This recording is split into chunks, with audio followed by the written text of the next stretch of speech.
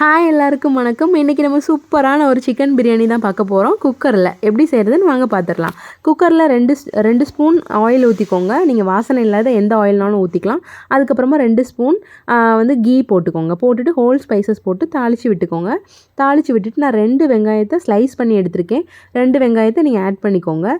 Add பண்ணி அது கொஞ்சம் கோல்டன் ப்ரௌனில் நல்லா வதங்கணும்.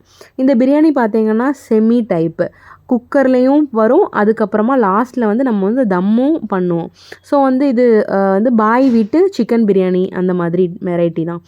இப்போ நம்ம நல்லா தாளித்து விட்டுட்டு ஒரு 2 பச்சை மிளகாவை கீறி போட்டுக்கோங்க. அதுவும் போட்டு நல்லா மிக்ஸ் பண்ணிட்டு அந்த டைம்லேயே நம்ம தக்காளியும் போட்டு நல்லா வதக்கிக்கலாம். இது நல்லா வதங்குறதுக்காக நம்ம கல்லுப்பு போட்டு நல்லா வதக்கிக்கலாம். இப்போ நல்லா வதக்கி எடுத்துக்கோங்க. அந்த ஆயிலே நல்லா வதங்கட்டும். கொஞ்சம் மசிஞ்சதும் நம்ம இஞ்சி பூண்டு பேஸ்ட்டு போட்டுக்கலாம். ஏன்னா கொஞ்சம் மசிஞ்சால் தான் டேஸ்டியாக இருக்கும். இல்லைனா நீங்கள் மசிறதுக்காக க்ளோஸ் பண்ணிட்டு நல்லா குக் பண்ணுங்கள். அப்புறமா நல்லா மிக்ஸ் பண்ணி விட்டுட்டு இப்போ நம்ம புதினா கொத்தமல்லி ஆட் பண்ணிக்கலாம். புதினா கொத்தமல்லியை விட ஜாஸ்தியாக இருக்கணும். ஒரு பஞ்ச் புதினா போட்டுக்கோங்க. கொஞ்சமாக கொத்தமல்லி போட்டுக்கோங்க. போட்டு இந்த மாதிரி வரது வரைக்கும் நல்லா மசிஞ்சு வந்ததும் நான் இதில் 1 spoon Kashmiri chilli powder, 1 spoon normal கார மிளகாத்தூள் போட்டிருக்கேன்.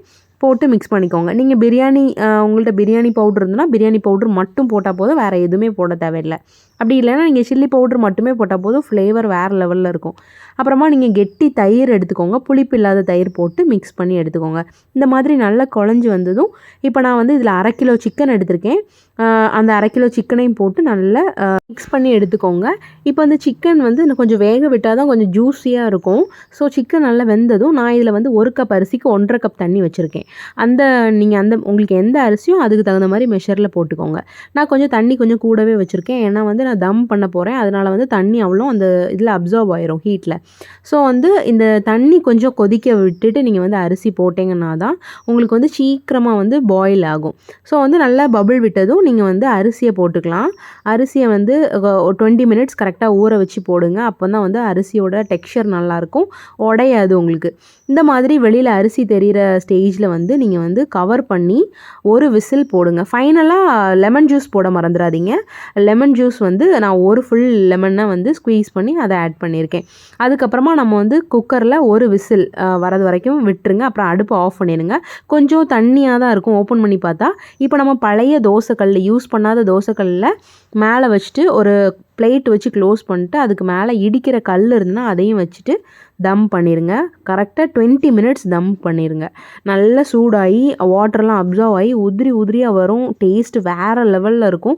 கண்டிப்பாக ட்ரை பண்ணி பாருங்கள். இது நீங்கள் மட்டனில் கூட ட்ரை பண்ணலாம். ஆனால் மட்டனில் ப்ரொசீஜர் வேறு, வேக வச்சு போடுவாங்க.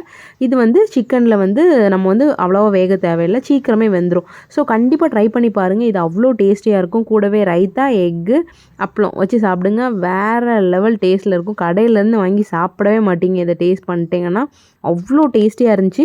கண்டிப்பாக ட்ரை பண்ணி பாருங்கள். ட்ரை பண்ணிட்டு கமெண்டில் சொல்லுங்கள். மறக்காமல் நம்மளோட சேனலை லைக், ஷேர், சப்ஸ்கிரைப், கமெண்ட் பண்ணுங்கள். இது மாதிரி இன்னும் டேஸ்டியான வீடியோவில் நான் பார்க்குறேன். பாய்.